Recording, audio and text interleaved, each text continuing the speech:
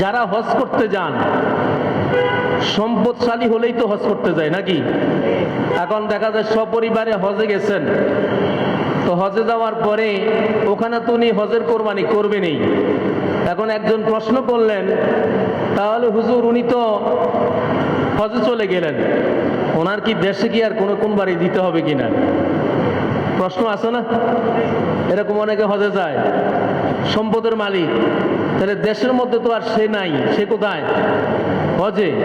এখন দেশে কি তার কোরবানি দেওয়া লাগবে কিনা? এই কথাটার জবাব এসেছে ফতোয়ায়ে শামির মধ্যে। যদি সে মুকিম হয়, আমরা যেটা এর আগে বলছি, কোরবানি ওয়াজিব হওয়ার জন্য একটা শর্ত হলো কি হওয়া? মুকিম হওয়া। এখন সে যদি কি হয়? মুসাফির হয়, তখন তার উপরে কোরবানি ওয়াজিব নয়।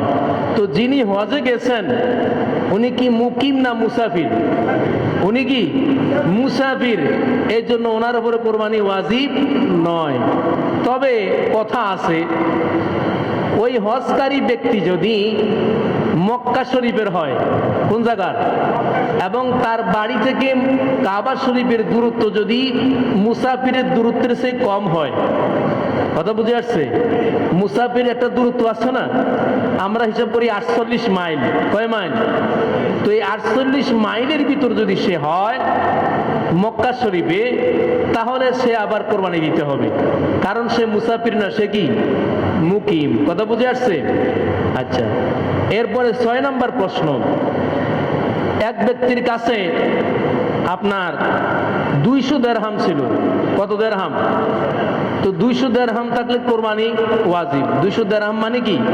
যার কাছে 200 দিরহাম থাকবে তিনি সম্পদশালী, তার উপরে কি কোরবানি ওয়াজিব। এবং এই সম্পদশালী ব্যক্তির কাছে যদি 1 বছর 200 দিরহাম থাকে, তার উপরে যাকাতও কি ফরজ। যাকাত কি? এখন এক ব্যক্তির কাছে 200 দিরহাম 1 বছর ছিল, 1 বছর হওয়ার পরে 200 দিরহামে যাকাত আসে 5 দিরহাম। কয় দিরহাম? তিনি 5 দিরহাম যাকাত দিয়ে দিচ্ছেন। এখন কি 200 দিরহাম আছে? কত দিরহাম আছে? 195 দিরহাম। এই লোকটা কোরবানি দিবে কিনা প্রশ্ন আছে। এখন এর জবাব হলো, ফতোয়া আলমগীরের মধ্যে এসেছে, যদি এই যে 5 দিরহাম সে খরচ করেছে, এটা যদি ব্যক্তিগত কাজে খরচ করে তাহলে তার উপর কোরবানি ওয়াজিব নয়। এটা যদি যাকাত দেওয়ার কাজে খরচ করে, 5 দিরহাম সে কি দিয়েছে? তাহলে এটা তো নিজের কাজে খরচ করে নাই, এটা যাকাত আদায় করেছে। তাহলে এই ব্যক্তির উপর যদিও 195 দিরহাম আছে, তার উপরে যাকাত কি? কোরবানি ওয়াজিব। এর উপরে কোরবানি কি ওয়াজিব। 7 নম্বর প্রশ্ন। এখন আমরা অনেকে মনে করি আমরা 6 ভাই কোরবানি দিলাম অথবা 4 ভাই কোরবানি দিলাম 4 নামে, এখানে ফাল্লা দিয়ে মাপার দরকার নাই, অনুমান করে নিলে আমরা খুশি আছি, কোনো সমস্যা নাই, কোনো ঝামেলা আমাদের মধ্যে নাই। এই অবস্থায় ওনারা কি অনুমান করে গোশত বন্টন করতে পারবে কিনা? কেমন? এর সমাধান এসেছে ফতোয়ায়ে শামির মধ্যে। যদি অংশীদারে কোরবানি দেন, অংশীদার 3 জন হোক, 4 জন, 5 জন, 7 জন পর্যন্ত যতজনই হন, ওনারা যদি যতটুকুই ভাগ করে সন্তুষ্টও থাকেন, তারপরও অনুমান করে গোশত বন্টন করা যাবে না। পাল্লা দিয়ে মেপে ওজন করে, এখন ডিজিটাল পাল্লা বের হয়েছে, পাল্লা দিয়ে মেপে সম পরিমাণ অংশ হিসাবে গোশত বন্টন করতে হবে, একটু কম বেশি করা যাবে না। এখানে কোনো আবেগের কাজ হবে না, এখানে হবে ইনসাফের কাজ। কিসের কাজ? 8 নম্বর প্রশ্ন। কেউ মান্যত করেছে যে আমি কোরবানি দিব, কি দিব? আল্লাহ পাক যদি আমার এই মুসিবতটা থেকে রক্ষা করেন, ওনার উপর কিন্তু কোরবানি ওয়াজিব নয়। যে কোনো মুসিবতে পড়ে নিয়ত করলেন যে আল্লাহ আমাকে যদি এই বিপদ থেকে আপনি রক্ষা করেন, তাহলে আমি কি করব? কোরবানি করব। এই লোকটা কি কোরবানির সময় আসলে কি গরু কোরবানি করবে না ছাগল কোরবানি করবে? যখন কুরবানির নিয়ত করছো তখন তো আর সে কি করে নাই, কি কুরবানি করবে সেটার কোনো নির্দিষ্ট বলে নাই। কুরবানির সময় আসছে, এখন সে কি কুরবানি দিবে, একটা সমস্যা হয়ে গেছে না? এর সমাধান এসেছে ফতোয়া আলমগীরের মধ্যে। এই অবস্থায় ওই লোকটা যেই কোনো পশু দিয়ে চাইলে কোরবানি দিতে পারবে, গরু দিতে পারবে, ছাগলও কোরবানি দিতে পারবে, যেহেতু সেটা আগে থেকে কি করে নাই, নির্দিষ্ট করে নাই। 9 নম্বর প্রশ্ন, আমরা গাভী কোরবানি দিয়ে থাকি, ঠিকই না? দেখা যায় 2-4 মাস আগে, 5 মাস আগে গাভী বাচ্চা দিয়েছে, এমত অবস্থায় গাভী কি করে দিয়েছে, কোরবানির জন্য বিক্রি করে দিয়েছে। তো ওই গাভী এখনো কি দেয়, দুধ দেয়, এখনো কি দেয়, দুধ দেয়। এখন আপনি কোরবানির 4-5 দিন আগে গরুটা কিনলেন, গাভী গরু, সে এখনো কি দিচ্ছে, দুধ দিচ্ছে। তাইলে এখন তার ওলান, এখন তো গরু আপনি কিনে ফেলছেন, দুধের মালিকও আপনি, গরুর মালিকও কি আপনি। এমত অবস্থায় ওই গাভীর দুধ যিনি গরু কোরবানি দিবেন তিনি পান করতে পারবে কিনা? ওলানে দুধ আছে না, কি করবে এখন এগুলা? এটার সমাধান এসেছে ফতোয়া আলমগীরের মধ্যে।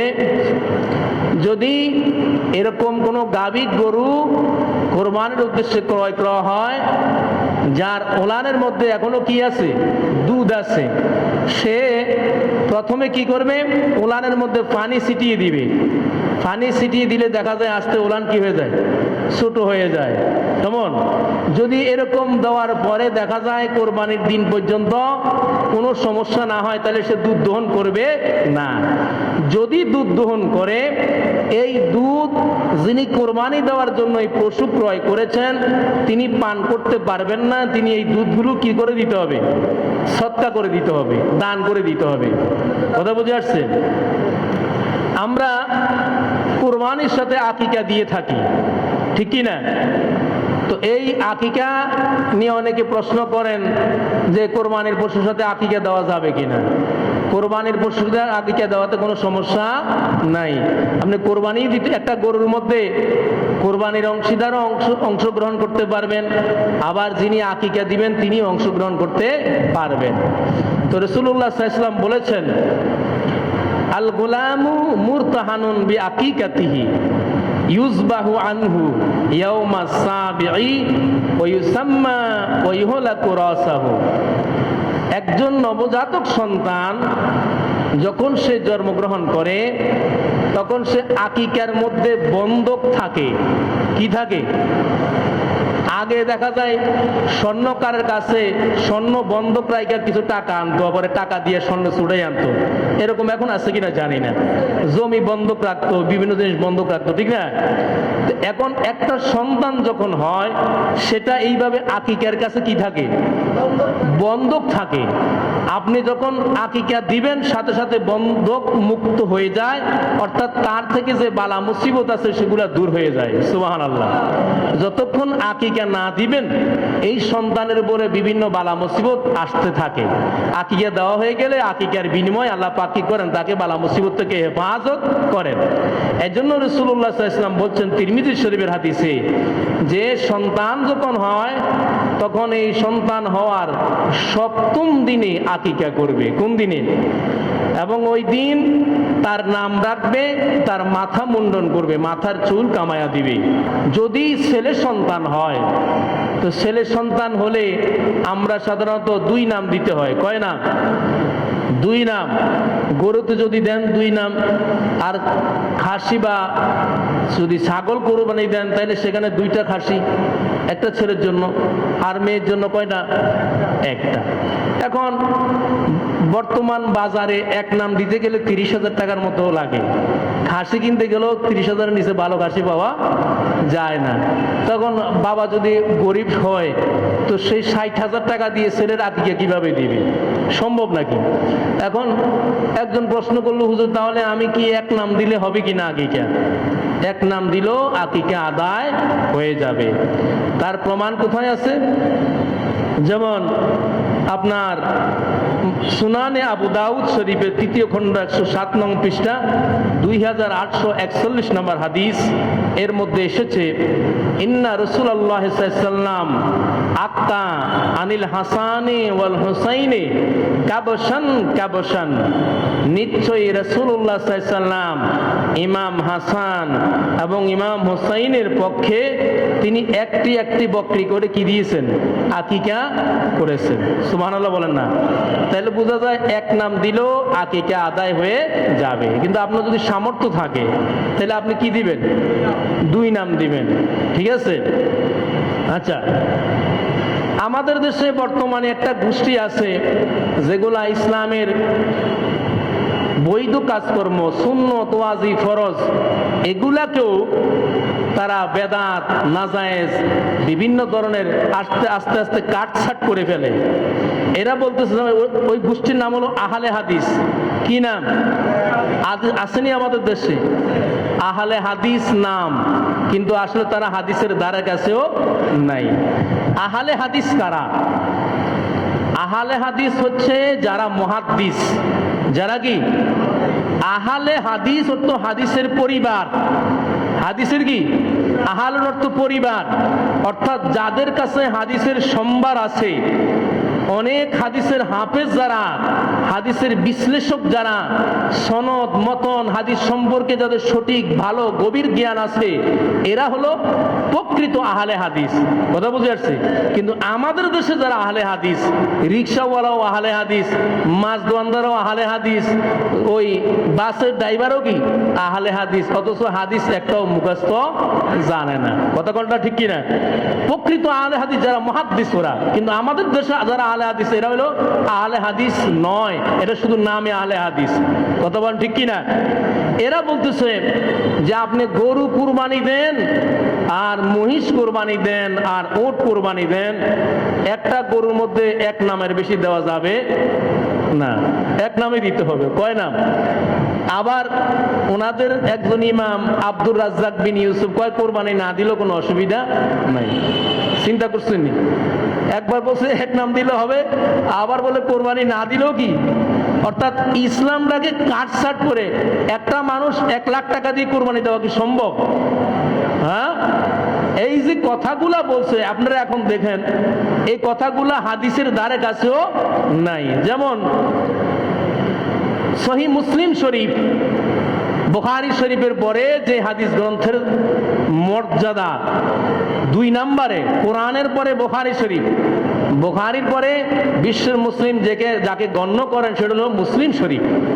এই সহিহ মুসলিম শরীফের 2য় খণ্ড 956 পৃষ্ঠা 1318 নম্বর হাদিস, এবং সুনানে আবু দাউদ সিহাসিত্তার আরেকখানা কিতাব 3য় খণ্ড 98 পৃষ্ঠা হাদিস নাম্বার 2808, ইমাম তবরানি মুজামুল আসদ 6ষ্ঠ খণ্ড 98 পৃষ্ঠা হাদিস নাম্বার 5917, এ আরো অনেক কিতাবের মধ্যে হাদিস শরীফখানা এসেছে।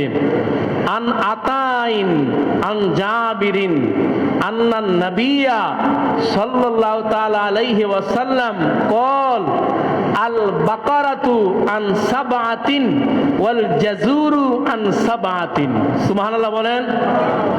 এর অর্থ কি? নিশ্চয়ই রাসূলুল্লাহ সাল্লাল্লাহু তাআলা সাল্লাম বলেছেন, বাকারাতুন অর্থ গাবি, আন সাবাতিন 7 অংশ। কয় অংশ? অর্থাৎ গাবির মধ্যে তোমরা 7 জন কোরবানি দিতে পারবে। ওয়াল জাযুরু উটের মধ্যে আন সাবাতিন 7 জন কোরবানি দিতে পারবে। সুবহানাল্লাহ কন্যা। কথা কার? রাসূলের। কথা কার? এবং এটা সহিহ হাদিস। আল্লাহর নবী বলছেন কি হাদিস শরীফের মধ্যে, গরু কুরবানি দিতে পারবে কয় নাম? উট দিতে পারবে কয় নাম? আরেকখানা হাদিস দেখেন, ইমাম তহাবি শরহে মানিল আসার চতুর্থ খণ্ড 175 পৃষ্ঠা, হাদিস নাম্বার 6220 নাম্বার। আন কাতাদা আন আনাস রাদিয়াল্লাহু তাআলা আনহু قال কানা আসহাবুন নবী সাল্লাল্লাহু আলাইহি সাল্লাম ইয়াস্তারিকুনা সাবআতুন ফিল বুদনাতি মিনাল ইবিলি ওয়া সাবআতুন ফিল বুদনাতি মিনাল বাকারে। আগের হাদিসের মধ্যে বলা হয়েছে নবী সাল্লাল্লাহু আলাইহি সাল্লাম নিজে নির্দেশ দিয়েছেন বা বলেছেন তোমরা কি করবা, গরুতে 7 জন দিতে পারবা, ওটের মধ্যে 7 জন দিতে পারবা। আর এই হাদিসের মধ্যে আসছে নবীজি সাল্লাল্লাহু আলাইহি সাল্লামের সাহাবায়ে কেরাম ওনারা ওটের মধ্যে 7 জন অংশগ্রহণ করতেন, গাভীর মধ্যে 7 জন অংশগ্রহণ করতেন। সুবহানাল্লাহ। তাহলে এক হাদিসে পাইলাম রাসূল নিজে বলেছেন, আর এক হাদিসে আছে সাহাবায়ে কেরাম আমল করেছেন, অর্থাৎ ওনারা ওটের মধ্যে কয় নাম দিয়েছেন, 7 জন কুরবানি দিয়েছেন, গরুর মধ্যে 7 জন দিয়েছেন। রাসূলের কথা, সাহাবায়ে কেরামের আমল, এই দুইটা দ্বারা আমরা বুঝলাম গরুর মধ্যে কয় নাম, মহিষের মধ্যে কয় নাম, ওটের মধ্যে কয় নাম। এখন যারা বলে আহলে হাদিস, তাহলে ওনারা কোন হাদিস পাইছে? কথা বলেন, ওরা কোন হাদিস পাইল? বুঝা গেছে এরা আর হাদিসের দ্বারে কাছেও নাই। এটা একটা নব্য সৃষ্টি। ইসলাম যেরকম একটা ধর্ম, আহলে হাদিসও এরকম একটা কি ধর্ম। কথা কন না কেন? এটা রাসূলুল্লাহ মুহাম্মদ রাসূলুল্লাহ ইসলামের যে ধর্ম ইসলাম, ওই ইসলামের সাথে বর্তমান বাংলাদেশের অথবা বহির্বিশ্বের আহলে হাদিসের সাথে কোনো সম্পর্ক নাই।